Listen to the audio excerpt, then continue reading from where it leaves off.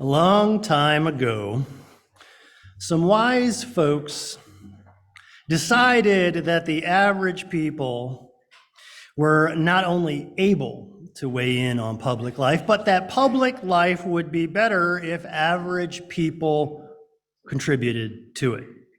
And contributed not only something valuable, but crucial.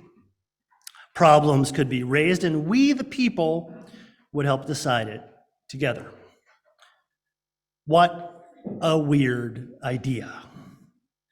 We didn't invent democracy here in the United States, of course, but here we do believe that this ideal of democracy is inviolate. It's part of our bedrock. It's the foundation that describes how we ought to be together. And it is relatively simple. Every person gets a vote.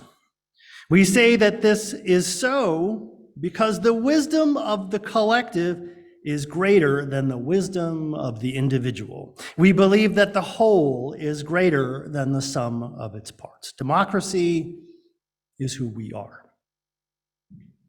And yet, it is a far cry from what it could be, a far cry perhaps from what it should be. And maybe you hear what I hear, that suggestion, that challenge, when we hear the famously exasperated quote from Churchill, quote, "Democracy is the worst form of government, except for all the others that have been tried." Today, our problems with democracy are not new, and they're not specific to the United States. We can see this everywhere. But I want to start with the problem that's in front of us, at least as it was articulated by the great prophet, Carl Sagan, who wrote, quote, "I have a foreboding of an America in my children's or grandchildren's," maybe I should do this in his voice. "I have a foreboding of an America in my children's or grandchildren's time, when the United States is a service and information economy, when nearly all the key manufacturing industries have slipped away to other countries, when awesome technological powers are in the hands of the very few, and no one representing the public interest can even grasp the issues, when the people have lost the ability to set their own agendas or knowledgeably question those in authority, when clutching our crystals and nervously consulting our horoscopes, our critical faculties in decline, unable to distinguish between what feels good and what's true, we slide almost without noticing back into superstition and darkness." That was the most quoted passage from his last book, 1996's The Demon-Haunted World, Science as a Candle in the Dark. And I'd like to put aside just for a moment the idea that every generation has a cranky and somewhat unkind set of things to say about all of the generations that come after them. And put aside also the fact that we human beings have been wringing our hands about end times since at least the book of Revelation. And if biblical apocalypses are a bridge too far for you, you may be comforted to know that back in 1972, scientists at MIT predicted the complete collapse of society as soon as 2040. So that's fun. No, I believe the point Sagan was trying to make is that we are pretty dumb and increasingly becoming more dumb. That once we celebrated science and enlightenment, and now we celebrate something less. That if we are not careful, everything good and just and noble was going to slide off the edge of the earth and into the void.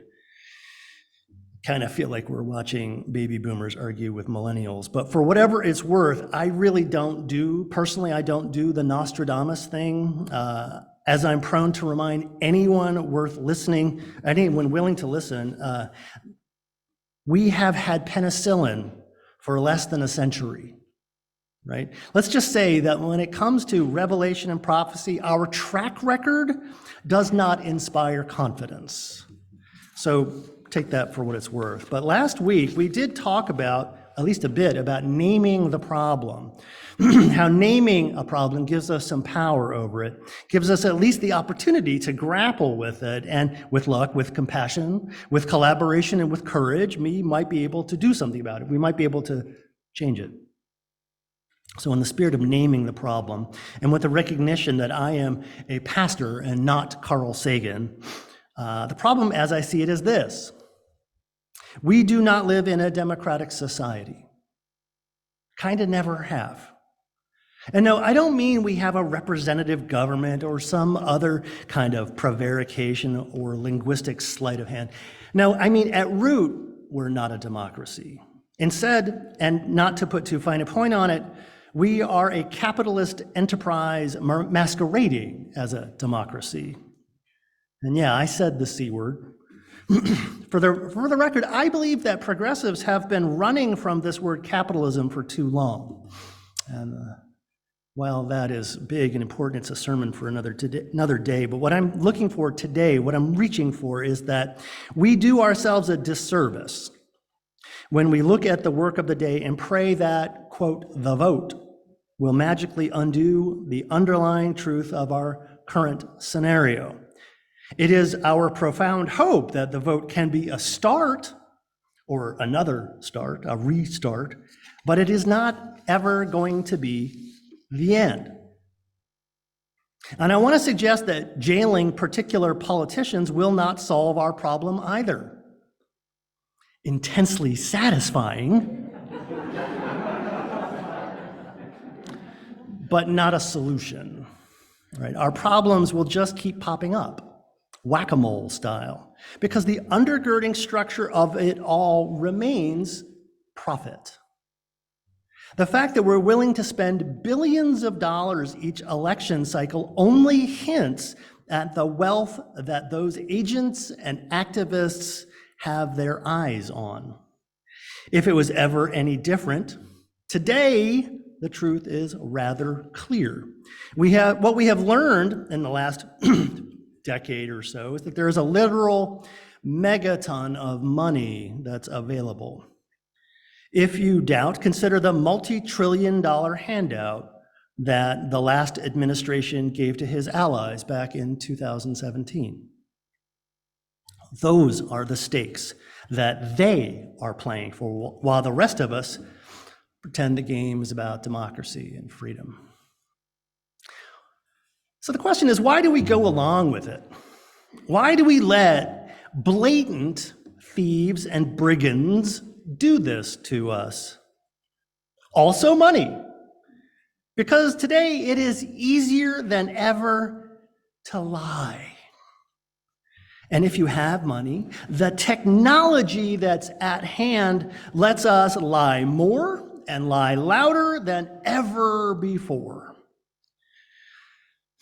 Today, there are lies about a certain laptop, lies about healthcare, lies about gender, lies about guns, lies about secret cabals and something called the, quote, deep state, lies about FA and Antifa, lies about crime, lies about our border, lies about climate change, lies about the insurrection, lies about Jesus, lies about lizard people, lies about lies.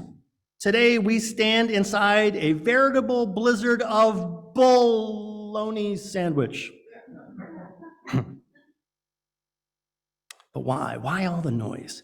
I submit to you this morning that it's because the more lies we have to endure, the more lies we have to fight through to get to the truth, the more likely we are to give up. The more likely we are to just not show up. The more likely we are to lose sight of what we ought to care about. Each other. Just for the record, that is what we are supposed to care about, each other.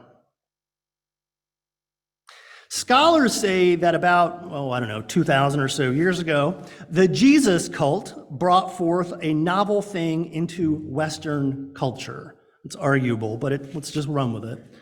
The idea that they brought forward was this idea of charity. More, that charity was a good, capital G good, and that good people cared about the welfare of others. To be good meant to be willing to sacrifice time, talent, and treasure to help a fellow human being. The scope of this idea was actually, well, it's almost impossible to wrap our heads around, even today. And that's perhaps why the Gospel of Matthew says, quote, "It is easier for a camel to go through the eye of a needle than for a rich man to enter into the kingdom of God."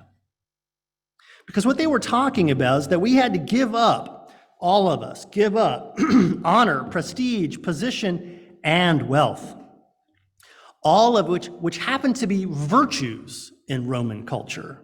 We had to give that up, and that made no sense. Arguably, while this was true way back then, most of us would still have the same problem. Doesn't make sense. Can we even imagine what that would mean, what our lives would be like to give up everything, to sell everything, to give everything we own away, everything we own away, if it meant that we might be able to help even one person? Now, in all fairness, the Jesus cult really did believe that the end times were right around the corner. So the idea of personal survival, much less institutional survival, was completely irrelevant. And when Jesus did not come back, things did get rather complicated. And that may be why and when the church, that early church, a revolution founded on the ideal of agape. That's a Greek word, maybe you've heard it, right? It's a Greek word that translates as love in most of our current Bibles. But that's not a good translation. That's not a good translation. In fact, a much better translation is charity. When the church finally confronted its uncertain future, it recentered itself. It replaced care with the cold comfort of correctness, lifted belief over charity. Giving became loving. It centered me over we, my thoughts over our actions, and that is exactly when it stopped being revolutionary. For the record, this is probably the biggest reason we have Protestants today, because we protested. Some of us saw what we had done, what we had become, and we said no more. Our ancestors reached for a fundamental, simpler truth. How that actually worked out is a dissertation or 10, but somewhere along that line, we get Unitarian Universalism, a series of questions leading to some forgotten truths, a reaching back, a deliberate reaching back into revolutionary times and seizing revolutionary ideas, because we believed the truth was out there. One of those truths, democracy. Our fifth UU principle says that we believe in the, quote, right of conscience and the use of the democratic process. This is who we say we are. And when I tell you that today democracy is under threat, this should alarm us all. Threatening democracy threatens our identity. And as we turn to the close, I want to lean into this fifth principle just a bit. There are two parts, conscience on the one hand and process on the other, me and we. The me part of that, the conscience part of that, assumes something. It relies on something. You could say it's anchored in or on something. That something is the truth. As best we can know it, we are called to understand the truth and then act from it. In fact, here at UUSG, we call ourselves seekers after truth and goodness. We repeat that phrase every Sunday morning, so I think it's okay to assume we mean it. And that is why this blizzard of lies is so offensive, why it should be offensive to all capital G good people. Because it is impossible to do democracy when the people you're trying to do the we the people part with do not agree what truth is. And that is why our problem will not go away in November, or any November. Because today, the fascists, the liars, the cheats, and the brigands are all in on this game of democracy for profit. They've made it into an art. They are really good at it now. Technology and timing and gobs of funding are all aimed at the promise of a nearly endless reward. And all of that is conspiring against us. And yeah, this is something we haven't seen. This is new. So even if things go swimmingly against the fascists, the liars, the cheats, and the brigands, our real job only just starts. Because the problem is not losing the election. The problem is money. The money buys the lies obscure the work, and the work is supposed to be caring for each other. The solution isn't simple. It's also not likely to happen all at once, and that's bad. That's hard. The truth is, we're going to have to get some of the money out. We're going to have to end things like Citizens United. We have to protect the right to vote. We have to fix gerrymandering. We have to reinstate voting rights, civil rights, and perhaps most of all, we need to codify our fundamental right to the truth. And we have to do all of these things, or we're going to keep fighting through the same blizzard of BS every election season. So here's the catch. And we are going to like it about the same we are going to like being told we are a camel being shoved through the eye of a needle. Because we, you, me, all people of capital G good intent, we have to stop pretending that our job is done when we make up our minds. That our job is done when we mail the check. That our job is done when we drop the ballot. That is what we have always done. And at some point, we started believing that this is all we had to do to preserve and celebrate democracy. It's worth pausing and looking around and asking ourselves if we're happy with the way things are, if we like the gridlock, the noise, the refusal of our legislature to be decent, kind, and caring, to do the decent, kind, and caring work we know we really ought to be doing. Here's the rub. If we keep doing it like we have always done it, we are going to keep getting what we have always gotten.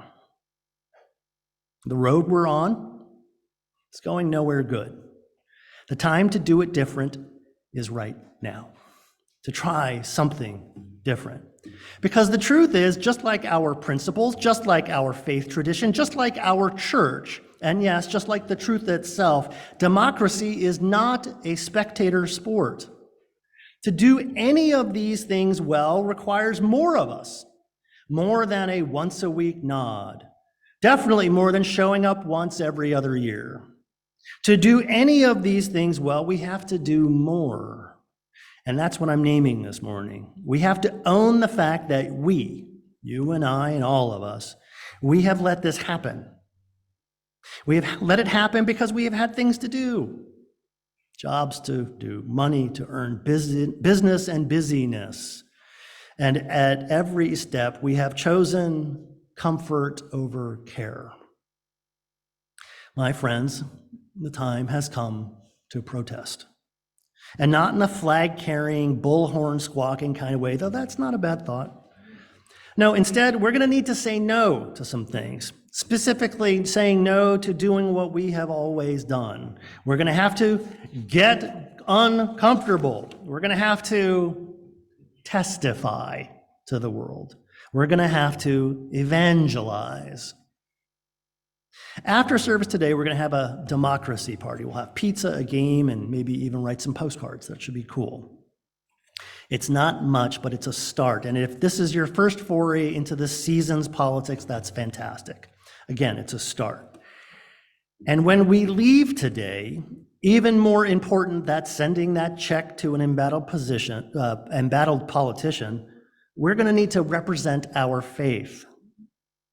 We are silent when it matters most. When we shout, we tend to shout into the wind, at least more often than not. Seriously, folks, social media is not our friend.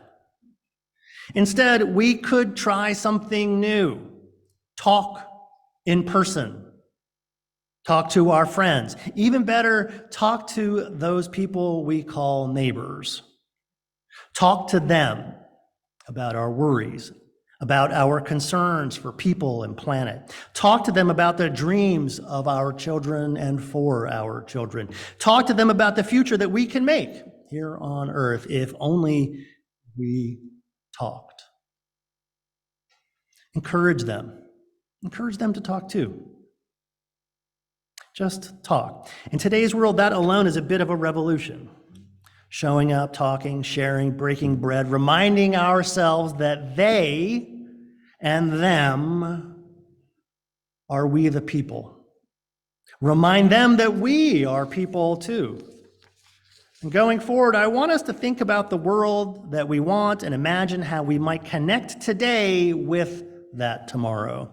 This is how we find community on the journey, because we must go in search of those that support our vision. And when we find them, we must advocate for them, talk about them, show up for them. And if we don't like our candidates, if we cannot find someone to speak the truth as we know it, the time has come to do it ourselves. Run for office, any office. No, really, run for office. Quality candidates are in short supply. Just ask the Republicans.